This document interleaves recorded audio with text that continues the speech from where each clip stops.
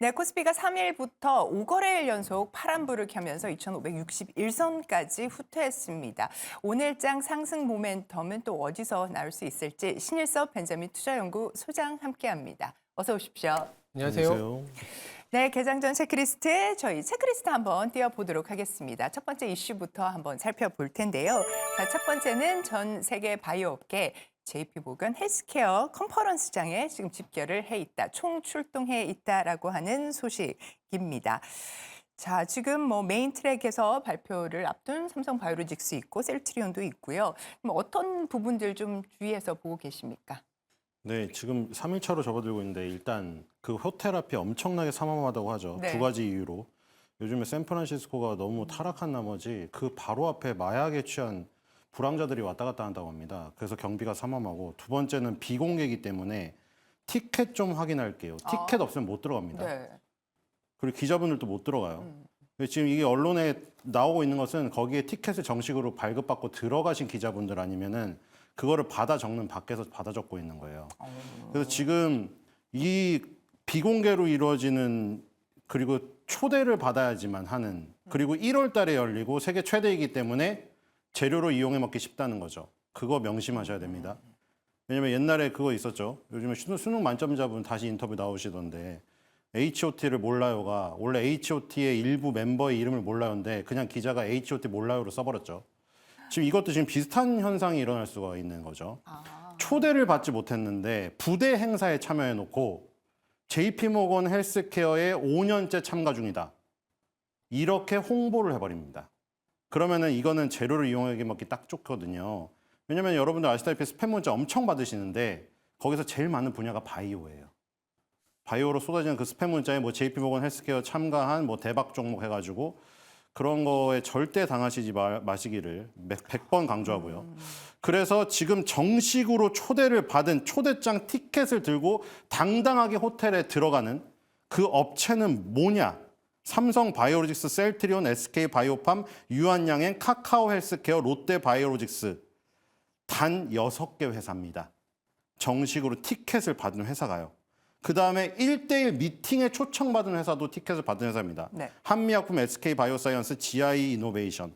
근데 언론 뉴스를 검색해 보시면은 내가 가진 바이오 종목이 JP모건 헬스케어 참여했다고 다 나오던데 엄청나게 많죠. 100개가 넘는 것 같아요. 지금 뉴스를 보니까. 그건 뭐냐? 부대 행사예요. 부대 행사. 부대 행사라는 거는 그럼 이렇게 비공개로 열리고 티켓을 받은 업체들만 갈 수 있게 하면 너무 그들만의 리그가 되니까 다양한 바이오텍 회사들의 참여를 유도하고자 바이오텍 쇼케이스란 것을 합니다. 그거는 이른바 그냥 그렇게 생각하시면 돼요. 코엑스에서 박람회를 하는데 수많은 업체가 가가지고 거기서 뭐 여러 가지 교류를 하잖아요. 그런 것들이에요. 그렇기 때문에 여기서 뭐 기술 교류 사업 협력을 하고 뭐 명함을 주고받고 호텔 룸에 들어가서 뭐 계획을 논의하고 이것은 모두 자유입니다. 근데 이거를 가지고 오버해서 재료로 이용해 먹는 경우는 굉장히 조심해야 된다.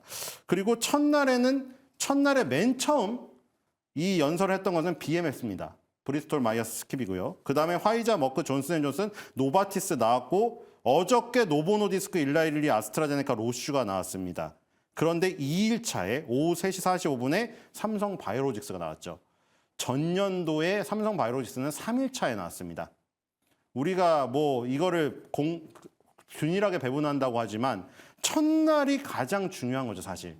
그래서 삼성 바이오로직스가 3일차에서 2일차로 올라갔다는 거에 의미를 굉장히 부여를 하고 있고요. 그다음에 10일 오전 9시 45분, 지금 오늘 2시간 후에 나옵니다. 서정진 셀트리온 회장과 서 회장의 장남인 서진석 셀트리온 이사의 의장 공동 발표가 있습니다. 그러니까 셀트리온은 3일차, 이 지금 삼성바이오로직스는 2일차죠. 물론 셀트리온 주주분들은 이거는 이해 못하겠죠. 끝까지 이해 못할 겁니다. 아시다시피 간극이 너무 벌어졌죠. 어쩔 수 없는 상황이고 어쨌든 오늘 셀트리온이 장 시작하고 이 미국 시간으로 우리나라 현지 시간으로 발표가 있기 때문에 주가의 변동이 10시를 전후해서 있을 가능성이 있다. 이렇게 생각이 됩니다. 아주 생생하게 분위기를 좀 전해주셨습니다. 특히 이 팩트를 오도하는 기사들이 지금 많이 나오고 있다는 점은 주의해야 된다라는 말씀도 좀 주셨는데요. 자, 그렇다면 또 특히나 지금 10시 전후로 해가지고 셀트리온 발표가 있고 그에 따라서 주가 변동성에 대한 부분도 좀 짚어주셨습니다. 앞서서 증시 대담에서도 어떻게 보면 뭐 환율 문제도 있고 그리고 전체 지수가 약간 눌리면서 테마 장세가 나오면은 우리가 물론 셀트리온, 삼성바이오로직스도 있지만 중소형 제약바이오주들의 움직임이 더 강할 수도 있을 것 같다는 생각이 막연하게 좀 드는데 어떻게 보십니까? 대학바이오가 그동안 많이 또 네. 눌려 있었잖아요. 그 하나의 대상이 될 수도 있고 그리고 최근에 그리고 이 JP 모건 헬스케어에서 빅딜이나 M&A가 상당히 많이 나오고 있어요. 왜냐하면 26년, 27년에 특허가 만료되는 게 굉장히 많아요. 네. 그리고 화이자, 암젠, 머크 같은 경우에가 굉장히 많은데 이분들은 또 현금이 많지 않습니까? 그러면 파이프라인을 굉장히 강화시켜야 돼요. 그래서 라이선스 아웃 같은 뉴스들이 아마 굉장히 많이 나오지 않을까. 물론 JP모건 헬스케어에서 되게 많이 나올 것 같고 그 이후에 조금씩은 뉴스가 나올 수 있기 때문에 주가가 반영이 됐다라는 부분들보다는 근데 실제 아까 말씀하신 것처럼 실제 라이선스 아웃이나 그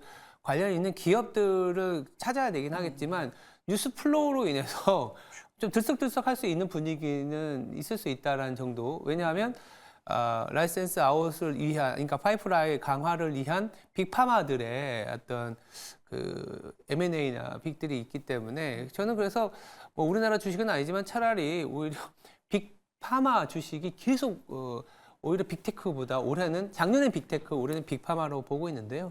빅파마가 계속 살아있는 상황에서 우상향하는 상황에서 그 기회 찾기는 국내 주식에서도 펼쳐질 수 있다 이렇게 말씀드리고 있습니다. 네, 지금 뉴욕 증시 뭐 빅파마 그리고 우리나라 증시에 있어서도 좀 잘 좀 보자라고 말씀을 주셨는데 일단 관련해서 소장님의 토픽 먼저 좀 궁금합니다. 저 처음부터 3주 전부터 말씀드렸잖아요. 네. 상식적이라면 알테오젠, 레고캠 바이오를 해야 된다고. 지금 가장 우리나라에 성공한 지금 바이오의 모델이고 앞으로도 각광받을 수 있는 뭐 자세한 얘기를 할 시간은 없죠. 레고캠 바이오가 ADC 기술을 먼저 치고 나왔고 알테오젠은 그냥 딱 결론만 말씀드릴게요. 지금 ADC 기술로 나온 11개, 네. 11개 항암제 있죠. 그 다 바이오, 그러니까 바이오 베터거든요. 엄밀히 말하면. 왜냐면 2020년부터 바이오 신약들이 만들어지기 시작해서 2010년대부터 20년 정도 되면 특허 만료가 되기 때문에 바이오 시밀러가 나오는 시절이 됐죠. 예를 들어 로슈의 터셉틴이 특허 만료가 되니까 셀트리온이 허주마로 치고 왔죠. 그러면 양쪽에서 어떤 경쟁이 벌어지겠어요? 오리지널은 바이오 오리지널은 더 나은 바이오 베터를 만들려고 바이오 시밀러 회사도 더 나은 바이오 베터를 만들어가지고 오리지널보다 돈을 더 받으려고. 그러니까 여기서 기술 경쟁이 펼쳐지는데 여기서 SC 제형 변경 기술을 가진 알테오젠이 러브콜 받을 가능성이 너무나 큰 거죠. 왜냐하면 바이오는 대부분 뭐죠? 아까 11개가 다 정맥주사형이에요. 왜냐하면 분자의 크기가 크기 때문에 그 저기로 못 만듭니다. 경구용으로. 비아그라 같은 경우처럼 먹는 약으로 못 만들어요. 그러니까 다 정맥주사형이죠. 정맥주사형 ADC 기술을 차용한 그 항암제에다가 만약에 그 SC 제형 변경을 한다. 그럼 그게 전부 다 바이오 베터가 됩니다. 그래서 머크가 독점 계약을 하려는 거예요. 딴 사람들한테 안 뺏기려고. 좋습니다. 지금 레고캠, 알테오젠 말씀을 주셨고요. 자, 그러면 남은 학회 모멘텀 어디서 좀 찾을 수가 있을까요? JP모건 헬스케어 컨퍼런스 이후의 모멘텀들은 어떤 부분이 있을까요? 지금 삼성바이오로직스랑 셀트리온, 네. 그다음에 유한양행, SK바이오팜, 네, 이 정도. 여기 6개 중에서 4개는 상장이 되어 있고 카카오 헬스케어, 롯데바이오로직스는 단독 상장은 안 되어 있지만 카카오에 영향을 미칠 것이고 유한양행은 사실 지금 한번 정점을 찍어버렸고 지금 나올 얘기가 다시 또 반복되는 얘기밖에 없을 것이고 결국에 삼성바이오로직스, 셀트리온 약간 보수적인 성향을 가지신 분은 이 2개를 택하면 될 것이고 가장 앞서가는 거는 알테오젠, 레고캠바이오 아니면은 아직도 야수의 심장을 가지신 분들 얘기 드렸죠. HLB. 예. 그리고 대형 제약사 아까 말한 대로 유한양의 종근당 이렇게 얘기하면 될 것 같아요. 네, 알겠습니다. 여기 뭐 저기 할 것은 또 유념할 것은 또 여기도 다 기자가 물어봤을 거 아닙니까? 한국 기자 중에 티켓 받아 들어가신 분들 중에 다 인터뷰 나왔잖아요. 뭘 물어봤겠어요? 종근당하고 노바티스의 계약, 레고캠바이오와 얀센의 계약 물어봤겠죠. 근데 대답을 했잖아요. 얀센하고 노바티스에서. 근데 그거를 해야 되죠. 기술 협력이라던가 기술 라이센스 인을 한 다국적 제약사의 어떤 그 개수가 엄청나게 많아요. 예를 들어 종군당을 어떻게 생각하냐면 협력 관계로 좋게 생각합니다. 근데 우리가 작년에 다국 세계에서 16개 제약자의 30개의 기술을 수입했습니다. 이렇게 얘기하거든요. 네. 그러니까 무슨 얘기인지 아시죠? 옛날에 영국 왕세자 앞에 이만큼 공주가 서 있잖아요. 다 자기가 선택받을 것처럼. 그거를 주의하셔야 되는 거죠. 그 돈 많은 회사에서는 굉장히 많은 한 50개 중에 하나일 수 있습니다. 근데 우리한테는 한 개죠. 하나밖에 없이 보이죠. 늘 이렇게 바이오에서는 오바를 하면 안 됩니다. 네. 귀에 쏙쏙 들어오는 비유를 해주시는 신일섭 소장님. 자, 그러면 저희 개장 전 체크리스트 두 번째 한번 넘어가 보도록 하겠습니다. 자, 이번에는 네카오 질주에 설레는 개인. 네이버 카카오 석 달째 주가가 우상향하고 있습니다. 금리 인하 기대감 그리고 또 광고 업황이 좀 회복될 수 있지 않을까라고 하는 이야기들 돌면서 본격 상승세에 탈 수 있을지 주목받고 있는데요. 자, 그러면 인터넷 플랫폼 관련주들 지금 어떻게 보고 계신지 한번 여쭤보겠습니다. 네, 결론만 얘기 드릴게요. 삼성전자 셀트리온 10년 선에서 10년 만에 매수 기회였고 지금 굉장히 중요한 시기가 지났죠. 지금 네이버 카카오도 10년 선에 있는데 10년 만에 매수 기회입니다. 네이버 카카오가 망할 비즈니스 모델을 갖고 있지 않다면 지금 10년 만에 매수 기회예요. 여기서 안 사면 10살 먹고 이 기회가 옵니다. 그것만 말씀드리겠고요. 네, 남들이 다 사고 나서 다 오르고 나서가 아니라 자 지금이 10년 만에 살 수 있는 최고의 매수 기회다, 타점이다 이렇게 말씀을 주셨습니다. 일단 이유도 좀 근거도 좀 들어봐야 되겠죠? 네, 일단 그건 기술적인 부분으로 왜냐하면 네이버 카카오나 셀트리온, 삼성전자, 포스코홀딩스 이런 거대한 기업들은 그 거대한 흐름을 누구 혼자 좌지우지하지 못해요. 아주 다양한 이해관계가 얽힌 그 수급 속에서 그런 모습이 나왔다는 것은 사실 기술적으로 다 설명이 됩니다. 사실은. 차트에 그게 모든 게 녹아 있어요. 모든 기본적인 내용이. 그리고 지금 이슈락을 하면 사실 DNC 미디어가 지금 엄청나게 강하지 않습니까? 네. 지금 나혼랩 애니메이션이 반응이 상당히 좋아요. 지금 이게 만약에 정말로 이게 약간 저는 드래곤볼의 성공을 보는 듯 하거든요. 뭐 이걸 또 오버한다고 할 수도 있을 것 같아요. 근데 왜 그러냐면 지금 나온랩 라그나로크가 연재 중인데 이게 뭐냐면은 성진우 아들 성수호거든요. 옛날에 여러분들 드래곤볼 시절에 겪으신 분들 다 그거 보세요. 계속 어떻게 됐나. 손오공 나오고 그 아래 뭐 나왔어요? 손오반, 손오천, 아들, 손자 나오죠. 그다음에 베지터의 아들 트랭크스랑 나중에 합쳐가지고 마인부 무찌르고 그 얘기 때문에 드래곤볼을 미친 듯이 본 거 아닙니까? 전 세계적으로 몇 천만 부가 팔리고. 근데 지금 그런 식으로 나가고 있다는 거죠. 그리고 지금 6일 날부터 방영됐는데 북미 OTT 플랫폼 크런치롤 이건 애니메이션 전문 OTT예요. 우리나라에서는 라프텔이라고 있죠. 요즘에 청소년들 전부 다 그러니까 아예 어린애들은 등골핑이고 그렇죠? 그리고 이 조금 큰 애들 중학생 고등학생들은 라프텔 끊어달라고 엄마한테 난리잖아요 이거. 애니메이션 OTT 끊어달라고. 네. 옛날에 저희 세대는 투니버스 봤는데 시대가 많이 바뀌었어요. 어쨌든 애니맥스 그리고 OTT의 넷플릭스, 티빙, 웨이브, 왓챠, 라프텔 여기에 다 7일부터 방영되고 있고 한 주에 한 개씩 나옵니다. 지금 1화가 방영이 됐는데 역시나 지금 그 작가님이 좀 돌아가셔서 좀 안타까운데 그분의 어떤 그 작가의 작화와 이런 것들을 그대로 살렸다는 역시 일본 스튜디오에 맡겼기 때문에 이 정도 성과가 나온 것 같아요. 어쨌든 간에 지금 웹툰이 코로나 엔데믹 때 부각이 됐다가 팬데믹 때 부각이 됐다가 엔데믹으로 오자가 주저앉았잖아요. 근데 지금 다시 이슈가 불거지고 있어요. 그러니까 만화를 아예 안 보던 애들까지 코로나 때 보다가 이제 이들이 조금 떠났지만 이제 원래 애니메이션이나 만화나 웹툰의 성장이 있는 거죠. 그러니까 원래 성장하던 계단의 길이 있었는데 코로나 팬데믹 때문에 약간 계단을 오버해서 올라갔다가 다시 주저앉았지만 계단은 원래 상승 계단이었던 것이죠. 네. 그러니까 다시 이제 주저앉은 부분에서 시작해서 원래 우상향대로 가는 거죠. 그러니까 지금 웹툰 부분이 이 지금 시장을 저기가 높고요. 그다음에 헬스케어 부분이죠. 그러니까 카카오가 욕을 먹었던 이유는 뭐예요? 골목골목 들어와가지고 꽃 배달 자기네가 하고 음식 배달 자기네 하고 다 해버린다는 거 아니에요. 근데 이게 재밌는 게 뭔지 아세요? 스포츠 선수에서도 보이잖아요. 국내에서 막 양악하고 하면은 욕을 먹는데 해외 진출해서 국위 선양하면은 갑자기 여론이 바뀌어요. 이것도 마찬가지잖아요. 카카오가 할 수 있는 게. 웹툰하고 헬스케어로 세계 진출해버리면 여론이 완전 바뀝니다. 왜냐하면 이거는 국내 상권을 침해하는 부분이 아니거든요. 그러니까 지금 카카오가 지금 이 웹툰하고 헬스케어로 뭔가 돌파구를 마련하면 주가의 상승에 동인이 되겠죠. 아까 카카오 헬스케어, JP모건 헬스케어의 그 초대를 받았고 공식 티켓을 받았고요. 파스타라는 것을 내놓습니다. 그러게요. 네. 자, 이렇게 웹툰, K-웹툰이 다시 한번 큰 주목을 좀 받고 있습니다. 이 부분에 대해서도 저희가 관심 있게 지켜볼 거고요. 자, 마지막 개장 전 체크리스트 세 번째 이슈도 확인을 해보겠습니다. 자, 세 번째는 우선 클리오를 좀 살펴볼까 합니다. 1년 사이에 주가가 2배가 뛰었는데요.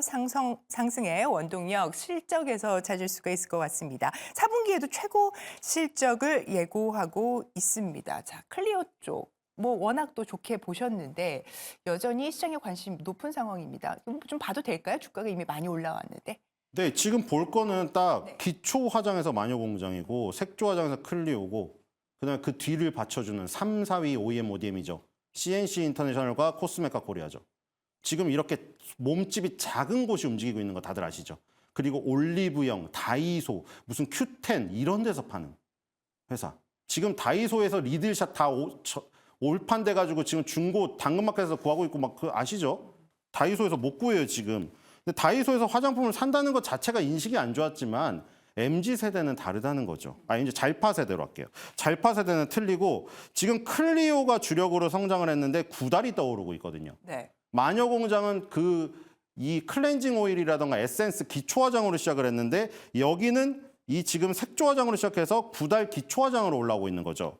그리고 지금 안유진이 모델인데 장원영보다 안유진이라고 했는데 안유진 씨 정말 그 잘파 세대의 열광적인 지지를 받는 아이돌의 멤버 아닙니까? 어쨌든 이 걸그룹 아이브의 안유진 씨를 기점으로 해가지고 동남아 일본을 공략하는 이런 것들이 지금 같이 일어나고 있고 저번에 뭐 이 1세대 동대문 시절부터 다 얘기를 드렸죠. CNC 인터내셔널이라던가 코스메카 코리아가 그런 그 인디 브랜드들을 뒷받침해주면서 같이 성장하고 있다는 거. 그러니까 그것만 기억하세요. 옛날과는 채널이 완전히 바뀌었고 그 채널에서 그 잘파 세대의 영향력이 지금 커지고 있고 옛날보다 몸집이 작고 빨리빨리 움직일 수 있는 이런 회사들 위주로 움직이고 있다. 그래서 여러분들은 이런 회사들 위주로 공략을 해야지 화장품 업종이라고 해가지고 아모레 G, 아모레 퍼시픽, LG 생활건강 혹은 1, 2 OEM, ODM 업체 코스맥스, 한국콜마 이거 위주로 공략하면은 지금 제가 말씀드린 위주로 공략하는 것보다는 수익률이 떨어질 것 같습니다. 현재 지금 뉴스가 나오는 쪽에 굉장히 빠른 테마가 이렇게 돌고 있는 상황에서 화장품을 비롯한 이런 실적주들 보는 것이 맞느냐 이런 생각도 좀 해볼 수가 있는데 어떻게 보십니까? 실적주를 봐야죠. 네, 실적주 봐야 되고 네. 뭐 주가 자체가 화장품은 뭐 실적에 비해서는 약간은 소외돼 있었던 부분도 물론 이제 그 전체적인 소외제면 그 안에서는 이제 옥석가리가 돼 있는 부분이고 굉장히 중요한 포인트를 짚어주신 것 같아요. 뭐 몸집이 작고 뭐 채널이 변화된 거 거기다가 이제 탈중국 이 세 가지 포인트로 해서 그거는 이제 비단 화장품만이 아니고 전체 소비와 관련된 키워드를 제시해 준 거 아닌가 이런 생각이 듭니다. 네, 지금 현재 화장품 업계 채널 변화, 탈중국 등 이 주요 포인트들을 한번 다시 짚어봤습니다. 오늘 개장 전 체크리스트에 도움 말씀 주신 신일섭 벤저민 투자연구소장님 말씀 대단히 감사합니다. 감사합니다.